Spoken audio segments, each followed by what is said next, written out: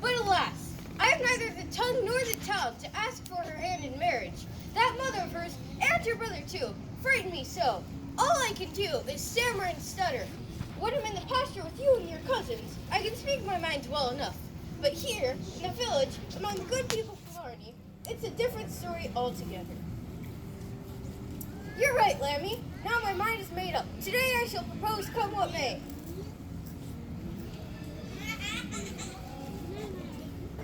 Good evening, Mother Flowerteen. How might you be this evening? Well and more than well, Finn O'Grady. What brings you to our humble cottage? As if we didn't know. Well, out with it, man. State your business here. Yeah, state your business. Boo! Now be off with you, both of you, or we'll have lamb chops for dinner. Hush now, Cone. Well, you see, it's like this. State your business. State your business. Piggy, darling, would you be so kind as to invite your big brother back into the house so the lad and myself can talk? But Mother, I want to hear what Finn has to say. Can't you tell the man is tongue-tied? You take your brother and I'll tell you the tale soon enough. Yes, Mother. All right, you bully of a butter. It's time for comeuppance. All right, then. Finn, is that better? Yes, thank you, missus. So, what's on your mind? As if I didn't know. It's a hand of picking you'll be asking for now, isn't it? How do you know? Faith, my boy, your feelings for each other are as plain as the noses on your grimy faces. And you don't mind? Mind? Why should I mind? You're an honest fellow and Piggy thinks the world of you. But tell me this, what treasure do you have to give my Piggy that will warm her heart on the long days when you are in the field tending your sheep? Treasure? I'm just a poor shepherd. I have no gold or jewels.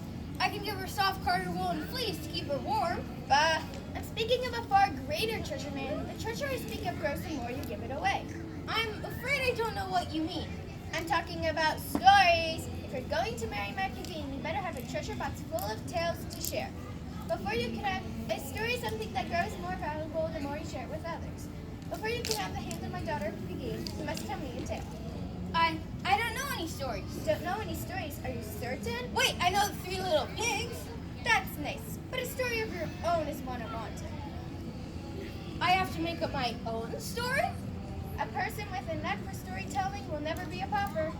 But I wouldn't know where to start.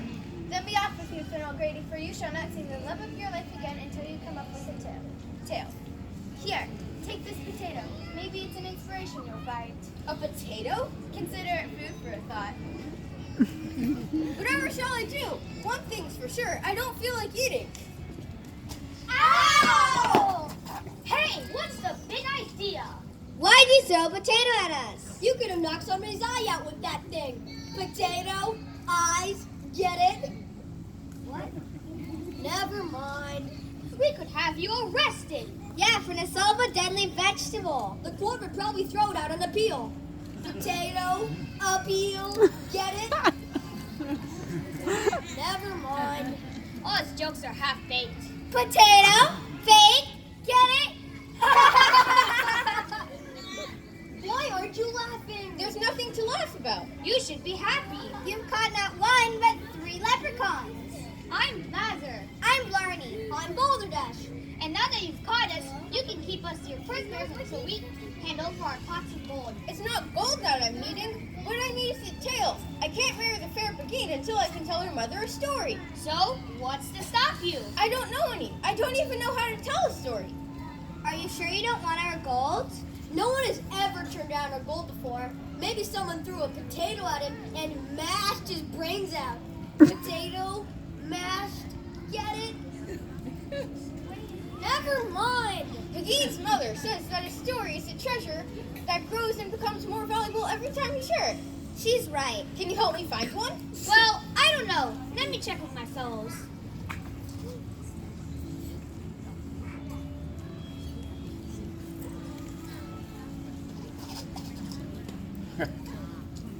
We'll do it!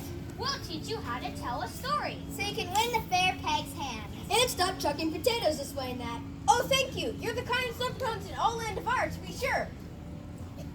Don't mention it. Really, don't mention it. We don't want anyone to know that we occasionally do a dirty deed or two. Your secret's safe with me. Now, how do we begin? First, we need a protagonist. The protagonist is like a hero. He must face danger, pass a test, or win his heart's desire. I see. Next, we need an antagonist. An antagonist is a villain who stands in the protagonist's way, or sometimes shows what happens to those who are not up to the challenge. And then what? A situation. A situation? A challenge to overcome. A quest to undertake. A hump on your back. A hump on your back? Did you just say a hump on your back? Let's try that again. A daring rescue. Risking life and limb. A hump on your back. Do you have any idea what he's talking about? It can only be one story and one story alone, I'm thinking. The Hunchback of Knockgrafton.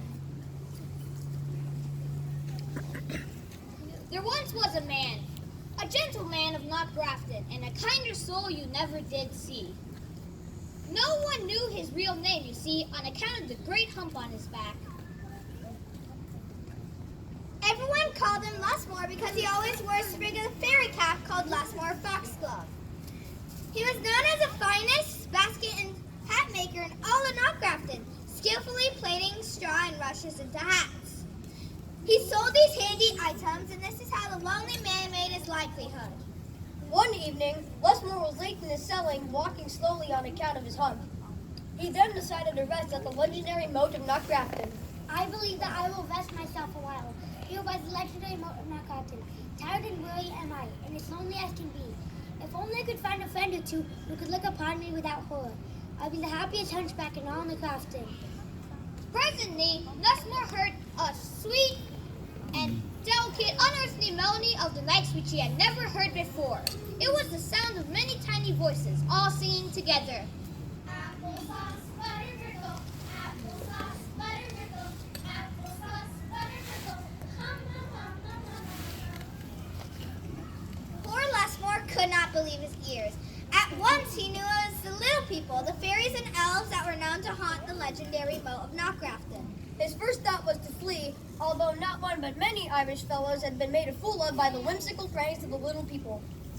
Before he could get his weary self to run, a great multitude of the little people swarmed him about, forming a fairy circle and singing their strange, beautiful song. Applesauce, butter, brickle. Applesauce, butter, brickle. Applesauce, butter, brickle. Hum, hum, hum, hum, hum, hum, hum, hum. Lusmore was enchanted. He held his breath so he might not lose the slightest note. And then the fairies sang their heavenly ditty again. Applesauce, butter, brickle. Applesauce, butter, brickle. Applesauce, butter, brickle. Hum, hum, hum, hum, hum, hum, hum. This time, Lusmore noticed that part of the song was missing. Without even realizing what he was doing, the Hunchback of Knockgrafton joined in. Applesauce, butter, brickle. Applesauce, butter, brickle. Applesauce, butter, brickle. Boiled potato and a pickle. Hello. What did you say? I said hello. No, before that. Before that? That's right, before you said hello. I didn't understand anything, did I? We think perhaps you did. I'm really terribly sorry for interrupting you singing and dancing. The truth, I've never heard anything so beautiful in all my poor lonely life. Don't try to explain yourself. We want to know what you said. Right before you said hello? And you'd better tell us. I'm not sure I can remember. Can't remember. Can't remember what you just said? Well, let's see. We're singing something about applesauce and butter pickle. We know what we were We singing. want to know what you were singing. Maybe we can jog your memory a bit. Hit it. Applesauce, butter, brickle. Applesauce, butter, brickle. Applesauce, butter, brickle. Oh yeah, boiled potato and a pickle. Boiled potato. And a pickle? Sorry, it just popped down. We love it. We've been stuck singing the same thing for 100 years. We couldn't think of a way to finish the song. You can't imagine how frustrating it is to hum, hum, hum, hum, hum, hum, hum, hum, over and over again for an entire century. It's enough To make a little person go out of her little mind. But you have saved us. You finished our song. We are so grateful. Oh, it was nothing really. Nothing? You think saving our sanity is nothing? Please don't hurt me. I only wanted to fit in. I don't have any friends, you see, and you seem to be having so much fun. Don't try to talk your way out of this one, Hunchback of Knockrafton. You know who I am? Of course. The water nymphs have told us how hard it is for you to gather your reeds and rushes by the river. On account of the hump on your back. But you have proven your worthiness by helping us with our song. You gave us a boiled potato. And a pickle.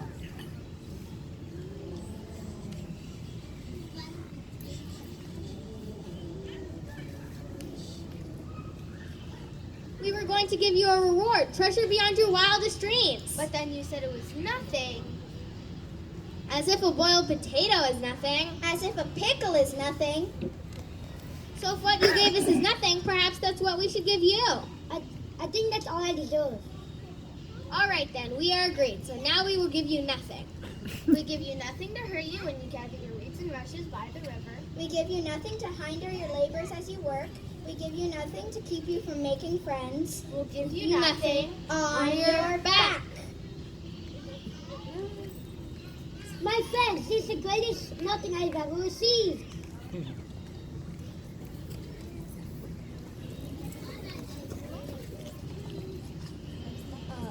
Before long, news about Nussmore's fateful encounter with the Niddle people went around town. He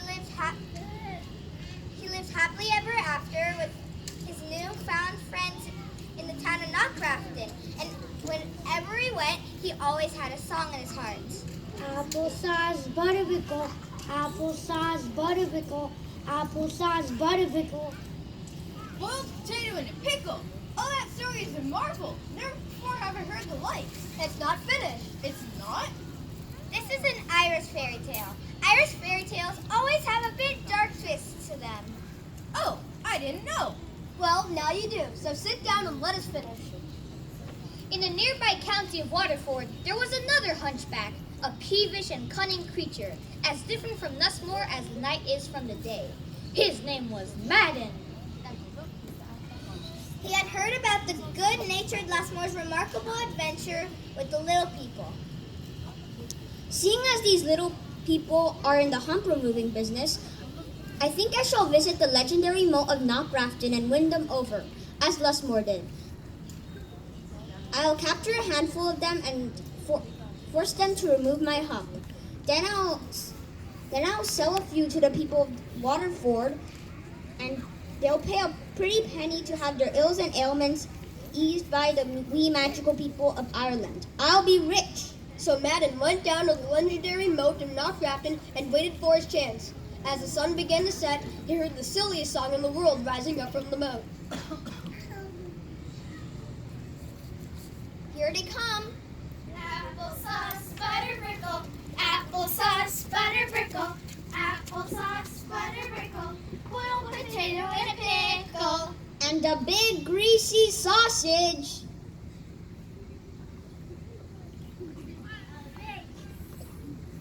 What did you say? You interrupted our song. No, I didn't. We were singing our applesauce song. And you stuck a big greasy sausage in the middle of it. I was helping you. I know how this goes. I help you with your song. You give me a reward. Oh, that's how it works, is it? Well, perhaps we can oblige you. You're gonna fix my back. Oh, yes. You're gonna make both my shoulders look the same. If that's what you want. All right then, do your magic thing. You insist? Yes, let me have it. Jack Madden, we know all about you. We know how you are rude to your mother. We know how you hunger for gold. We know of your plan to kidnap our brothers. Our magic may never be purchased or sold. And now we reward you for being so rotten. There's something that we've always been meaning to do. Instead of one hump that you've rightfully gotten, we'll add one more, so now you'll have two. No, that's not fair. Run away, Jack Madden, or we'll put a big greasy sausage on the end of your nose. That'll teach him to mess with little people.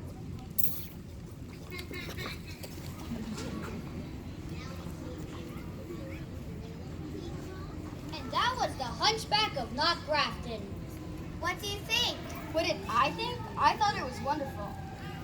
So now that you know how to tell a story, you can go and win Fair Begin's hand. But I can never tell a story like that. I wouldn't know where to begin. We explained all that. First, you need a protagonist, a hero. Next, you need an antagonist, a villain or a monster. And a cow. A cow? I thought it needed a situation or a challenge or a quest. Ah, you have been paying attention. Ugh, but there's so much at stake. What if I can't do it? Mother Flaherty's only going to give me one chance. I could lose Begin forever. Sure, there is a risk. You could lose everything. Isn't that exciting? Not very.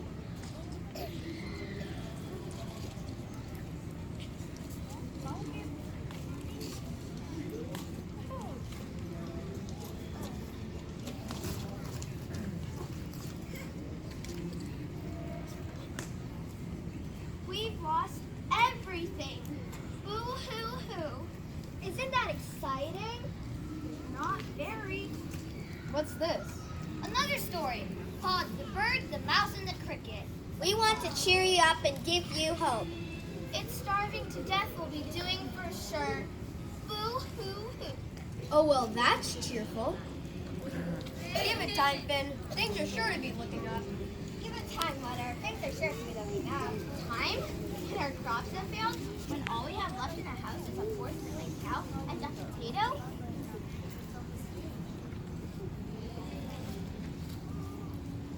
Cheer up, Mother. Good fortune could come our way at any moment. Good fortune, indeed. The only fortune we'll ever have when you take this cow to the village and sell her.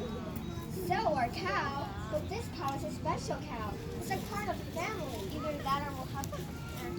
Mother! So what's selling to you, my family? Use the money to buy a basket of potatoes. Don't know what we'll do once they're gone. I guess we'll starve. I'll take the cow to the village and sell her, just to show an obedient daughter, but I'll never give up hope. And go and be off to this budget. My blessings upon you.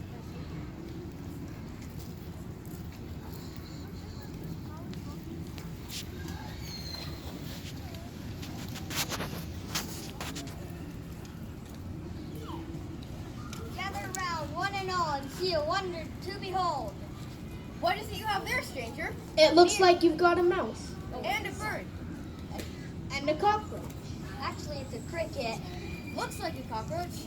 Be that as it may, it is no ordinary cockroach. I mean, cricket. Watch and see. How much will it cost? Why, nothing at all. You've got a cockroach that plays the fiddle, and you're not going to charge us anything to hear it? It's a cricket, and no, not a penny. The price is right. What does the bird do? And the mouse.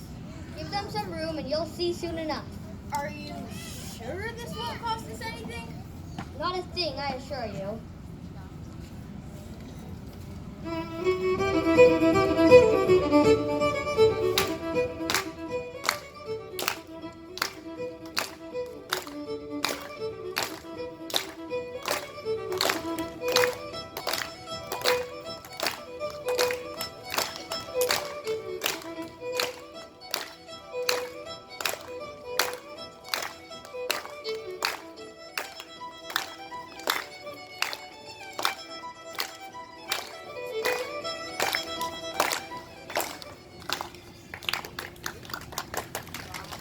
Oh, this is marvel!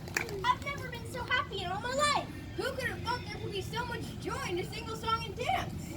Stranger, 'tis is a gift you have given us. Please take this coin as payment. It's not money I'm wanting, my friend. No, we insist. Take my coin too. And mine! Well, if you insist. We do. Top of the morning to you, lass. I've no coin to give you, I'm afraid. Matters not, my girl. It's not the money I'm after, but the giving of joy and brightening a person's day.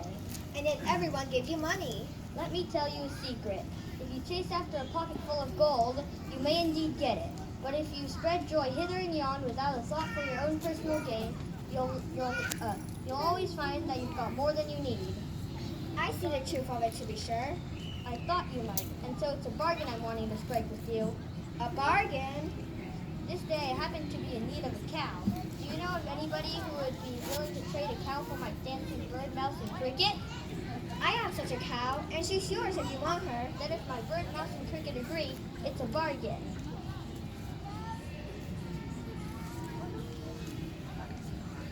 Remember, lass, spread joy without thinking of your own personal gain. Your life will be blessed entirely.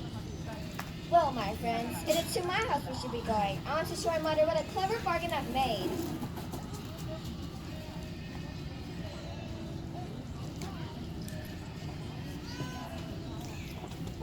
Bridget, where's the bushel basket of potatoes you're to bring home?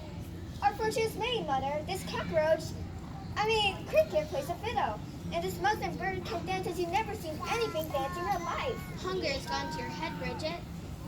No, we're going to be rich. I can charge people to watch them perform. The stranger who gave them to me got a hat full of coins. I saw them with my very own eyes. Show me then. Strike up the band and make our fortune. All right, then, dance, play. Chirp, squeak. I don't get it. They did it just a moment ago. Bridget, you're a fool to be chasing after music and dancing when it's gold you should be seeking first. You must be very hungry. I'm sorry I brought you to this property. I'll take you back to the village and see if the stranger will take you back. Bridget, have you heard the news? Heard what, wee man? The Queen of Ireland has made a proclamation, don't you know? A proclamation? About her sour-faced son, the prince, don't you know? No. The queen and the most miserable son, the prince, are in the village right now, even as I speak, don't you know? How could I? The queen says that anyone who can make the miserable boy laugh 3 times will get a pot of gold, don't you know? Why is he so sad? No one knows, don't you know? But he's the saddest lad in all of Ireland, don't you know? Never smiles and never laughs, don't you know? Why do you keep saying, don't you know? I don't know, don't you know? Well, I'll be gone. I have to tell everybody in the county about it, don't you know? If I take you back to the village, you could dance and play, but be sure to make the prince happy. Squeak. Oink! And that's what we'll do. But I'm telling you now, I learned my lessons. No matter what happened, I'll not be accepting the bag of gold. It's all about spreading joy. Chirp, squeak. Hee-haw!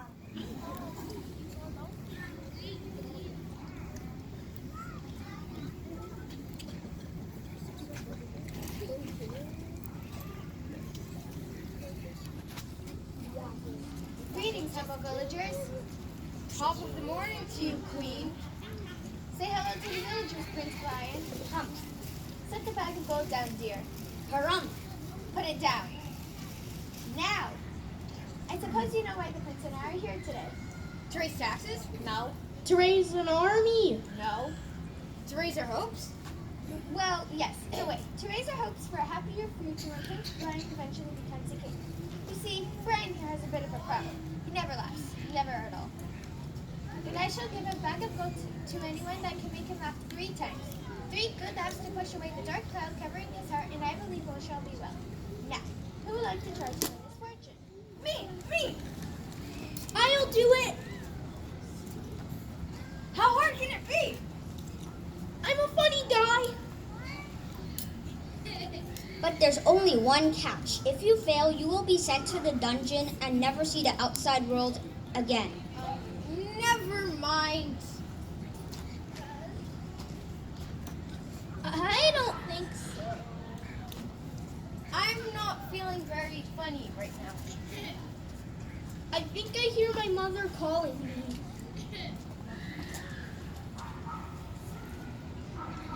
See, Mother? I told you, there's not even a courageous soul among them. I'll take the challenge. No, don't do it! She's going mad with hunger. She doesn't know what she's saying. I know exactly what I'm saying. I'll make Prince Brian laugh 3 times or lose my head in attempt. The bag of gold means that much to you, does it? No, not at all. In fact, if I succeed, I will refuse the gold. Refuse the gold? But then why would you risk your life? To show our leaders that the good people of Ireland are no cowards, but brave and true. And to show you that joy cannot be bought with gold. May I try, Your Majesty? I don't know, Brian. No one has ever taken us up on this offer before. I'm not sure I could have this brave girl shamed and executed. She knows the price failure, so be it. Oh no, I can't watch! Heaven help the lass! My friends, won't you help me? Chirp, squeak, quack. Ha! That's fun. Thank you, Prince Brian. Are you up for a little dancing?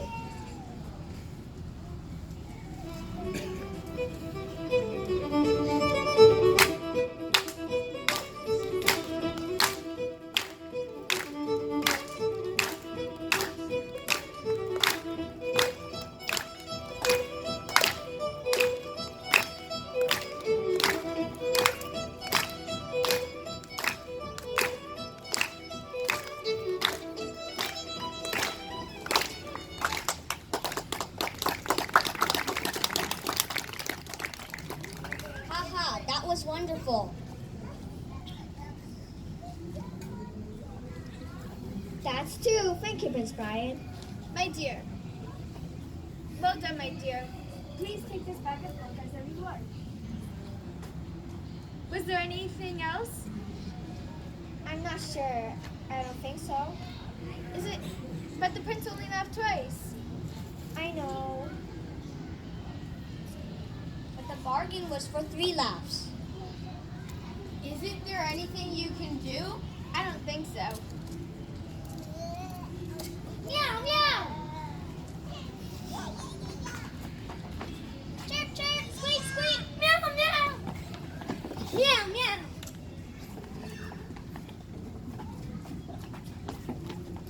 Oh no!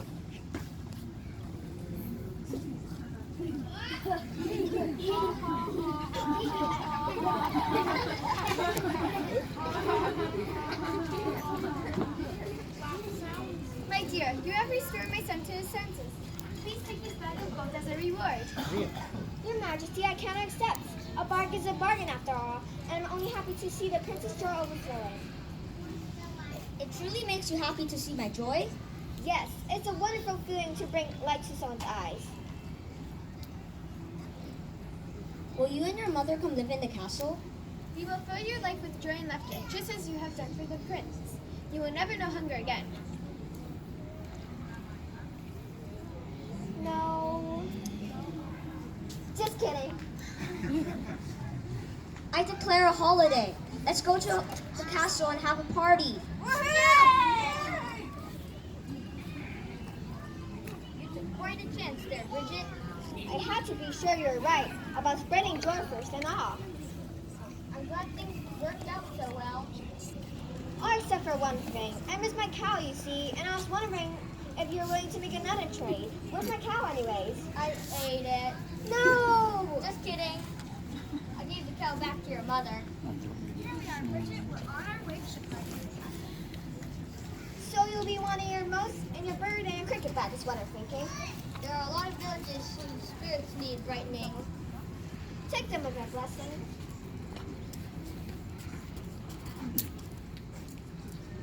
You should go on up to the castle. There's a party going on, you know. Yes, thank you again. Think nothing of it. Chirp! Squeak! Learn a foreign language, you'll never forget it. Cock-a-doodle-doo!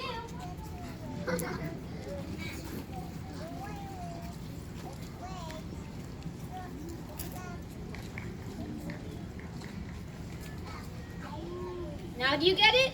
Get what? What's needed for a story to come to life? Well, I'm not really sure, but I think so. Although there's an awful lot to remember. Let me see. You start with the cricket of Knockrap. Wait, no, hold on. The hunchback now. Wait, no. You haven't been paying attention! Well, you kept me off stage for some of it. He still doesn't know where these stories have been taking him. He's a bit thick, but I think he's getting the idea. We could just tell him. Tell me what? Even if we told him, he'll still have to figure it out for himself. Figure what out? Watch now, Finn, we're trying to decide what to do with you. But I want to decide what to do with me. We're trying to decide how this is going to end. But I want to decide how this is going to end. You You think you have what it takes to deal with that bully, satisfy Mrs. Flaherty's demand for a story, and win Fair Pickin's hand? It's my life, my story. I have to live it. I am the one to tell it. Oh, what a nather. What a load of blarney. Balderdash. You don't think I can do it? You've got as much chance as a hunchback has of losing his hump. Or a poor girl making a sour prince laugh. Or a cockroach speaking a foreign language. Then you just watch this.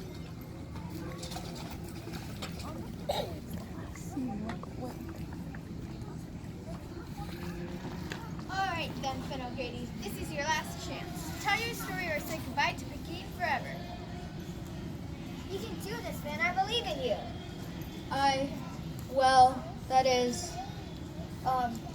There once was a shepherd Who never married because he couldn't tell a story. who lost a sheep. Who lost a wife. Come, let the lad tell his story, or it's back inside the house for you. Actually, I think it would be better if Calm took part in the story. Would you do that for me, Calm? Sure, and why not? I'd like to see you fall flat on your face. Great. Just get down on your hands and knees and do as I say. I don't know about that. Do as he says, Calm, or you'll be sorry. All right, just to show what a good sport I am. This had better be good. I think you'll get a kick out of it, Calm. Go on with your story, Finn. Well, as I was saying, there once was a shepherd who lost a sheep. The shepherd found the sheep stuck fast in a muddy bog. The shepherd walked around and around the sheep, trying to decide which way to free it.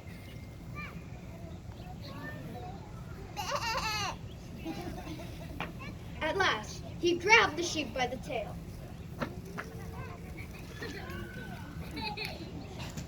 The shepherd pulled and pulled, but the sheep wouldn't budge. Hey! At last, he pulled so hard, the tail ripped clean off. Hey! Ow! The end. That's it. That's the story. Well, if it hadn't been longer, if it hadn't broken off, the tail would have been longer. The tail would have been longer. Well done, my boy. I'll be proud to call you my own. I hope you have more stories than that. I think I'll manage just fine.